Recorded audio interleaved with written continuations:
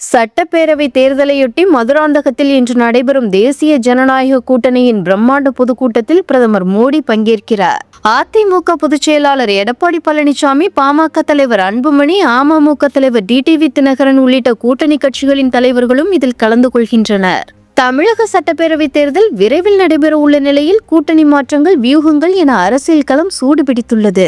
இந்த நிலையில் அதிமுக, பாஜகவுடன் பாமக, அமமுக, தமாக, புதிய நீதி கட்சி உள்ளிட்ட கூட்டணி கட்சிகள் இணைந்துள்ள தேசிய ஜனநாயக கூட்டணியின் பலத்தை நிரூபிக்கும் விதமாக செங்கல்பட்டு மாவட்டம் மதுராந்தகத்தில் இன்று பிரம்மாண்ட பொதுக்கூட்டம் நடைபெறுகிறது.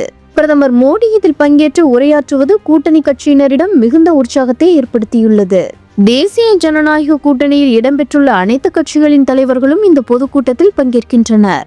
கேரள மாநிலம் திருவனந்தபுரத்தில் இருந்து பிரதமர் மோடி இன்று மதியம் 2:15 மணிக்கு தனி விமானம் மூலம் சென்னை விமான நிலையம் வருகிறார். விமான நிலையத்தில் பாஜக மூத்த தலைவர்கள் அவரை வரவேற்க உள்ளனர். அங்கிருந்து ஹெலிகாப்டர் மூலம் பொதுக்கூட்டம் நடைபெறும் இடத்திற்கு பிரதமர் மோடி செல்கிறார். மதியம் 3:30 மணிக்கு பொதுக்கூட்ட மேடை ஏறுகிறார். அதைத் தொடர்ந்து மாநில பாஜக தலைவர் நயினார் நாகேந்திரன் வரவேற்புரை ஆற்ற உள்ளார். தொடர்ந்து பழனிசாமி, அன்புமணி உள்ளிட்ட தலைவர்கள் பேச உள்ளனர்.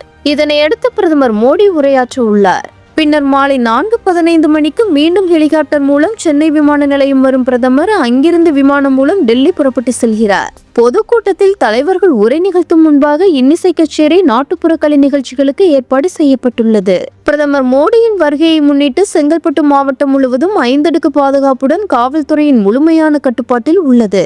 பாதுகாப்பு பணியில் 15,000 போலீசார் ஈடுபடுத்தப்பட்டுள்ளனர். மேலும் ட்ரோன்கள் பறக்கவும் தடை விதிக்கப்பட்டுள்ளது.